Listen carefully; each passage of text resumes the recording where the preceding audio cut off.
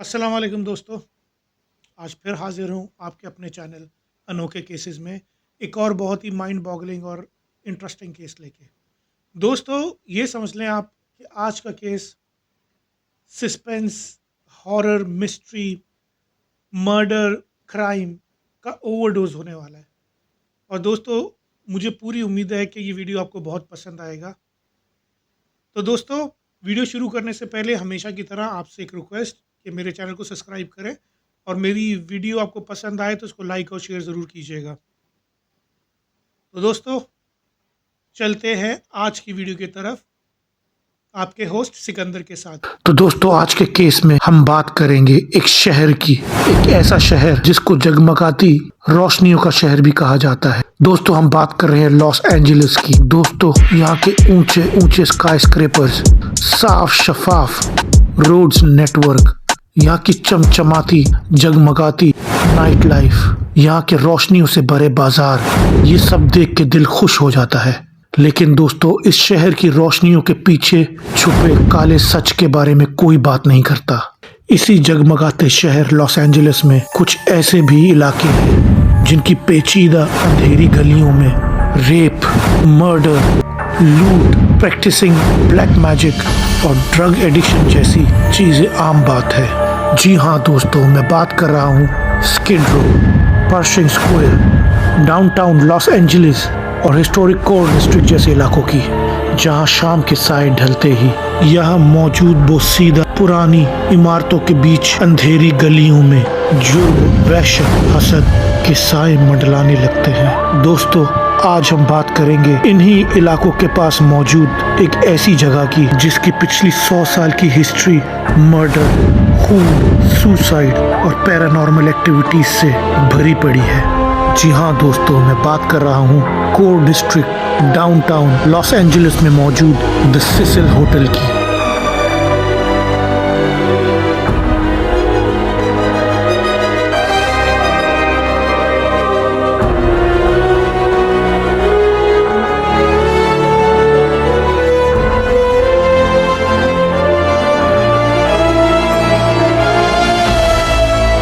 जहाँ होटल्स अपनी luxury, good customer service और एनवायरनमेंट की वजह से मशहूर होते हैं, वहाँ ये होटल पूरे लॉस एंजलिस का सबसे मशहूर होटल है। लेकिन इसकी पॉपुलैरिटी की वजह इनमें से एक भी नहीं, बल्कि वियर्ड, अनएक्सप्लेन्ड, मिस्टीरियस और पैरानॉर्मल हैपनिंग की वजह से मशहूर है। और दोस्तों, इस होटल की हिस्ट्री इतनी खूनी है और इसमें होने वाले इंसिडेंट्स इतने घिनौने हैं कि अक्ल दंग रह जाती है।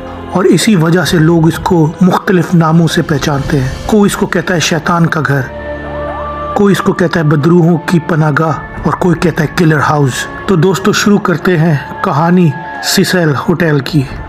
दोस्तों, इसकी कंस्ट्रक्शन शुरू हुई 1922 में। बहुत ही प्रॉमिसिंग प्रोजेक्ट था ये। दोस्तों, इस होटल को बनाया था 3 होटेलियर्स ने, विलियम बैंक्स हैनर, चार्ल्स एल डिक्स और रॉबर्ट एच स्कॉप।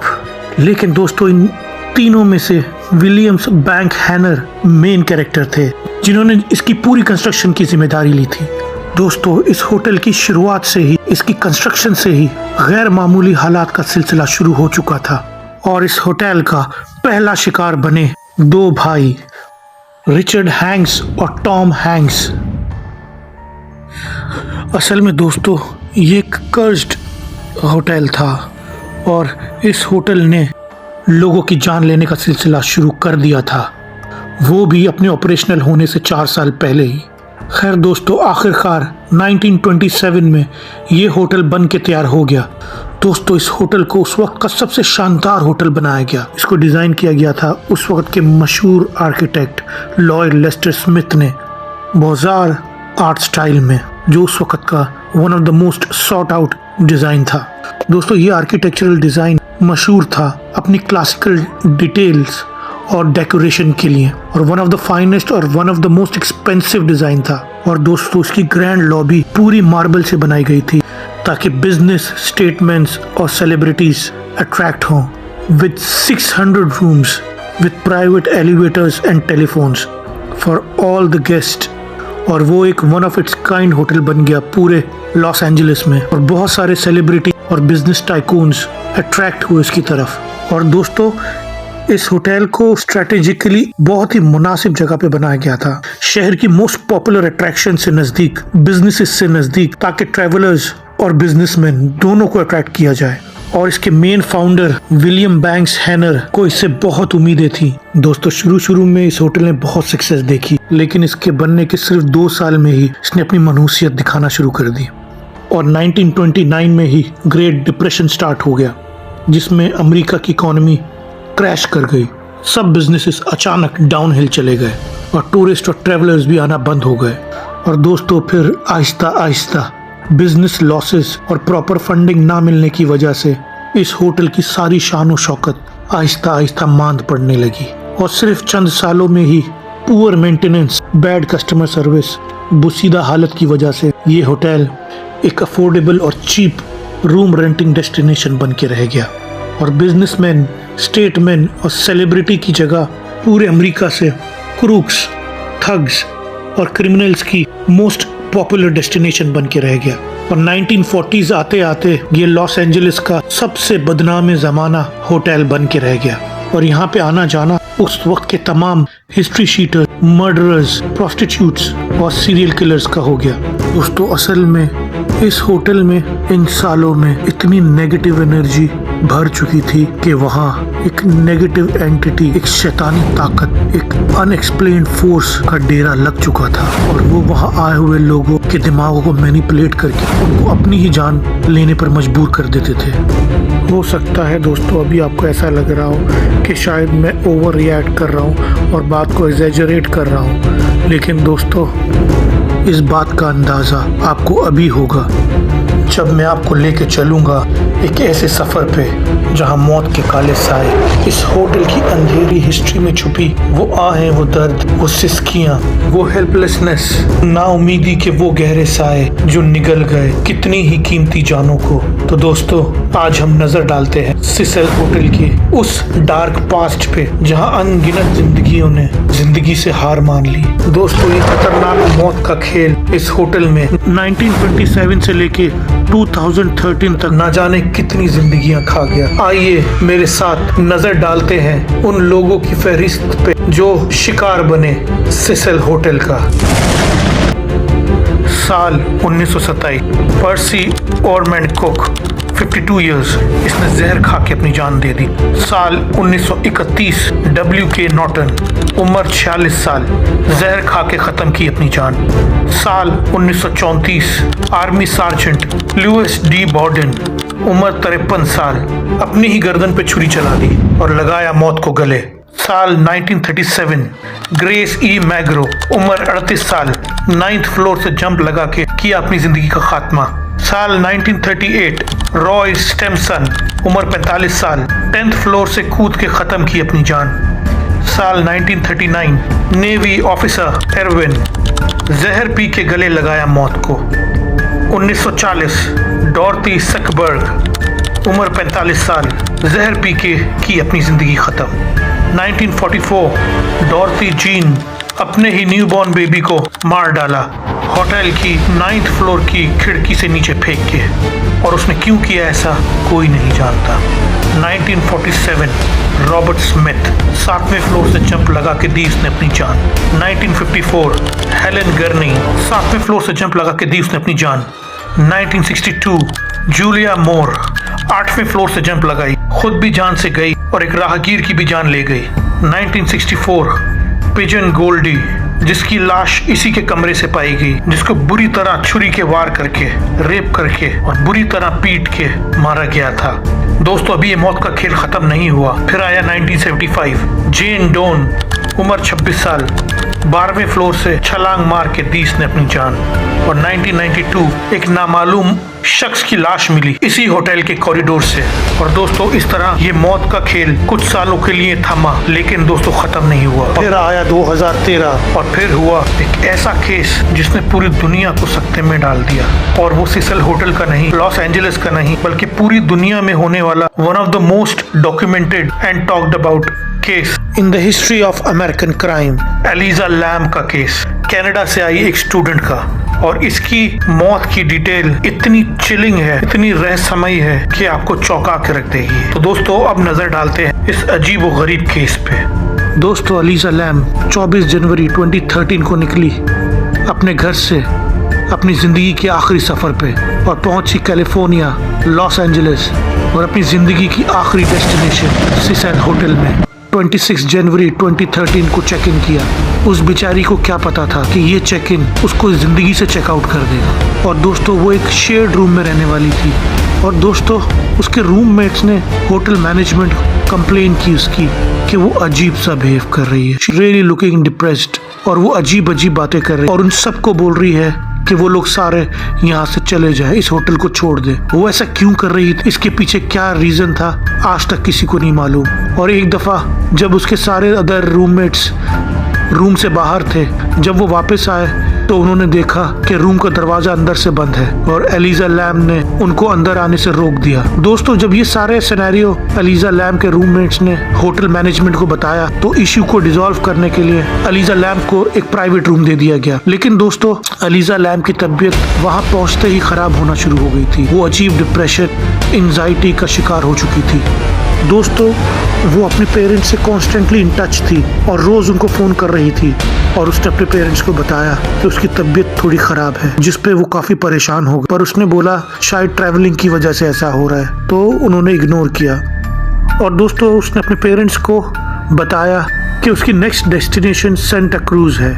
और दोस्तों ये दिन था 28 जनवरी 2013, और फिर अचानक उसके पेरेंट्स को उसकी तरफ से कॉल्स आना बंद हो गई। और जैसा कि एलिजा लैम ने बोला था कि वो सेंटा क्रूज पहुंच के उन लोगों से बात करेगी, जब उसके पेरेंट्स को कोई कॉल नहीं आई उसकी तरफ से तो वो परेशान हो गए। और 2 फरवरी 2013 तक इंतजार करने के बाद वो लोग कनाडा से अमेरिका आ गए, और आते साथ ही लॉस एंजलिस पुलिस डिपार्टमेंट में मिसिंग कंप्लेंट लिखवा दी। दोस्तों ये कंप्लेंट मिलने के साथ ही पुलिस हरकत में आ गई, और सबसे पहले उनका पहला शक सिसेल होटल।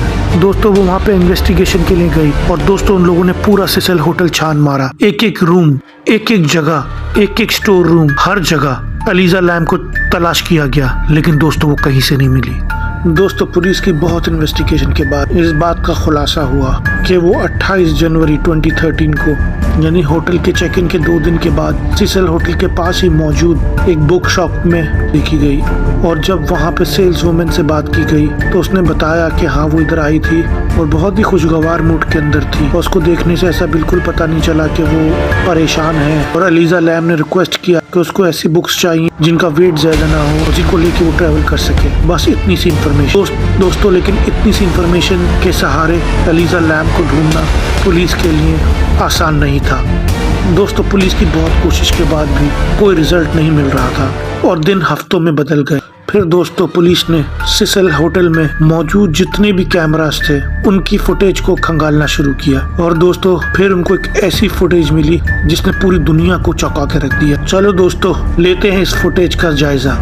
दोस्तों ये अजीब व गरीब वीडियो फुटेज सिसेल होटल में मौजूद एक एलिवेटर, उसमें मौजूद एक कैमरे से ली गई है, और इसमें मौजूद ये औरत जिसने लाल कपड़े पहने हैं ये और कोई नहीं एलिजा लैम है, और ये अपने आप में नहीं लग रही, और मानो किसी चीज़ से डर रही है। देखिए ये बाहर जाती है, इधर देखती है, फिर अंदर आती है। ऐसी कौन सी चीज़ उसके पीछे लगी है जो नज़र नहीं आ रही। और सबसे ताज्जुब की बात दोस्तों ये देखिए, वो जिस चीज़ से छुप रही है वो नज़र नहीं आ रही। और आप एक और चीज़ नोट करेंगे, एलिवेटर का दरवाज़ा क्यों नहीं बंद हो रहा। फिर बाहर जाती है, झांकती है इधर उधर, जैसे कोई उसके ताक में बाहर खड़ा हुआ एलिवेटर के, लेकिन उसको दोस्तों कोई नज़र नहीं आता। वो फिर दूसरी तरफ देखती है और आहिस्ता आहिस्ता बाहर जाती है, भागने की कोशिश करती है लेकिन रुक जाती है, फिर अंदर आती है, फिर एक बार बाहर जाती है। और दोस्तों इसमें वॉइस रिकॉर्डिंग मौजूद नहीं है, नहीं तो और बहुत सारी चीज़ों का खुलासा होता। अभी भी दोस्तों वो बाहर खड़ी हुई किसी से बातें कर रही है, आवाज़ अवेलेबल नहीं है, नहीं तो बहुत सारे नए राजों पे से पर्दा उड़ जाना था दोस्तों। अभी बाहर खड़ी हुई है, और आप एक चीज़ नोट करें, एलिवेटर का दरवाज़ा बंद नहीं हो रहा। वो बीमार है मान लिया, लेकिन एलिवेटर का दरवाज़ा क्यों नहीं बंद हो रहा? आती है और बहुत सारे बटन, बहुत सारे फ्लोर्स के बटन दबा देती है। दोस्तों ये this is something out of ordinary. ये इस वक्त किस मेंटल सिचुएशन में आज तक कोई नहीं जान सका।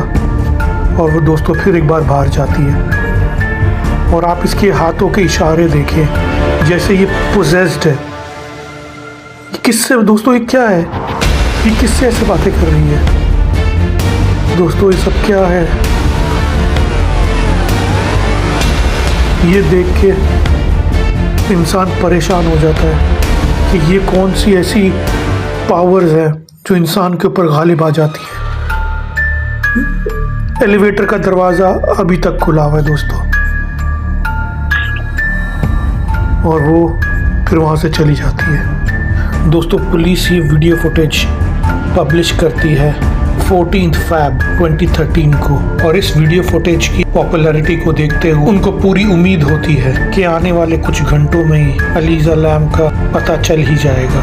कोई ना कोई बताएगा, किसी ना किसी ने तो देखा होगा उसको। लेकिन दोस्तों ऐसा कुछ नहीं होता। लेकिन दोस्तों फिर एक बहुत अजीब बात होती है। सिसेल होटल में कुछ गेस्ट होते हैं जो कंप्लेंट कर रहे होते हैं कि उनके रूम्स में पानी के अंदर बहुत डिस्गस्टिंग स्मेल आ रही है, और ज़्यादा कंप्लेंट आने की वजह से होटल मैनेजमेंट अपने इंजीनियर को पूरे प्लांट का जायज़ा लेने के लिए भेजती है, लेकिन उसको कोई कंटामिनेशन नहीं मिलती। फिर दोस्तों वो सिसेल होटल की रूफ टॉप पे जाता है, और जैसे ही फिर वो सिसेल होटल की रूफ टॉप पे मौजूद 3 वाटर टैंक्स में से एक वाटर टैंक को खोलता है, वो इतना भयानक मंजर देखता है जो शायद उसने अपनी जिंदगी में नहीं देखा होगा। अलीजा लैम की गली सड़ी लाश जो पता नहीं कितने दिनों से पानी के ऊपर तैर रही होती है। और दोस्तों फिर फौरन पुलिस को बुलाया जाता है और पूरी दुनिया में ये खबर जंगल की आग की तरह फैल जाती है। और दोस्तों अलीजा लैम के पेरेंट्स ही नहीं बल्कि पूरी दुनिया पुलिस से जवाब तलब कर रही होती है उन सारे सवालों के जो इस पूरे केस में और स्पेशली उस वीडियो फुटेज ने खड़े कर दिए थे। दोस्तों ये बात तो ऑब्वियस है कि 100% डेफिनेटली इस केस में क्या हुआ ये आज तक किसी को नहीं पता चला। जवाब बहुत लिमिटेड थे लेकिन सवालात बहुत। फोरेंसिक रिपोर्ट से ये तो पता चल सका कि उसकी मौत डूबने की वजह से हुई, जिसको नाम दिया गया एक्सीडेंटल ड्राउनिंग। टॉक्सिकोलॉजी रिपोर्ट से ये तो पता चल सका कि वो अंडर इन्फ्लुएंस नहीं थी किसी भी ड्रग के, सिर्फ जो उसकी नॉर्मल प्रिस्क्रिप्शन थी ड्रग की वही उसने ले रखी थी जो वो डिप्रेशन और एंजाइटी के लिए लेती थी। ऑटोप्सी रिपोर्ट में ये तो पता चल सका कि उसके जिस्म पे कोई चोट का निशान नहीं था और उसके साथ ज्यादती नहीं हुई थी। अब दोस्तों पुलिस के लिए मुश्किल ये थी, सिसेल होटल में जितने भी लोग आज तक मरे उसमें 80% पुलिस ने डिक्लेयर किया कि सुसाइड है, क्योंकि उन सब केसेस में कोई एविडेंस सामने नहीं आया जो प्रूफ कर सके कि उन मौतों में से कोई एक भी सुसाइड नहीं मर्डर है। लेकिन इस दफा सिनेरियो चेंज था और इस दफा पुलिस अपना पल्ला झाड़ नहीं सकती थी इसको सिंपली एक सुसाइड केस कह के। अलीजा लैम के पेरेंट्स, मीडिया, पूरी इंटरनेट पे दुनिया ये सवाल कर रही थी उनसे कि वो कौन था जो अलीजा लैम का पीछा कर रहा था एलिवेटर में, वो किससे डर रही थी, किससे छुप रही थी, और उस वक्त लिफ्ट के दरवाजे को क्या हुआ था, और अलीजा लैम लिफ्ट के बाहर खड़ी होके क्यों ऐसा लग रहा था कि वो पोजेस्ड हो चुकी है, किस तरह वो सिसेल होटल के रूफटॉप तक पहुंची जबकि वो लॉक्ड होता है, किस तरह उसको इतने ऊंचे वाटर टैंक तक रसाई मिली। अगर उसको सुसाइड ही करनी थी तो वो सिसेल होटल के रूफटॉप पे से भी कर सकती थी। उसने अपनी जान देने से पहले इतनी एफर्ट क्यों की, इतनी ऊपर क्यों गई, पर किस तरह उस वाटर टैंक का ढक्कन खोला जो कि बहुत भारी था, और वाटर टैंक के अंदर जाने के बाद या अंदर गिरने के बाद वाटर टैंक का ढक्कन किसने बंद किया। दोस्तों ये सारे वो सवाल हैं जिनका जवाब शायद अब कभी भी नहीं मिल सकेगा, और शायद ये बात पुलिस डिपार्टमेंट को भी पता थी, इसीलिए उन्होंने इस मौत को एक्सीडेंटल ड्राउनिंग कह के केस को क्लोज कर दिया। दोस्तों अलीजा लैम के पूरे केस में अब आप ही मुझे बताएं कि आपका क्या कहना है कि असलियत क्या है, रियलिटी में उसके साथ क्या हुआ था। सिसेल होटल जहां लगातार हर साल इतनी ज्यादा अननेचुरल डेथ्स हुई। क्या वो महज एक इत्तेफाक था? इतने लोगों ने क्या खुद ही अपनी जान ले ली, या इसके पीछे का राज कुछ और था? दोस्तों, मुझे कमेंट्स करके जरूर बताना कि इस सारे सिनेरियो में आपकी क्या राय है, आप क्या समझते हैं, क्या हकीकत है। और दोस्तों, इसी तरह की अजीब व गरीब मिस्टीरियस रियल लाइफ केसेस देखने के लिए मेरे चैनल को सब्सक्राइब करें और अगली वीडियो आने तक अपने होस्ट सिकंदर को इजाज़त दीजिए। अल्लाह हाफिज़।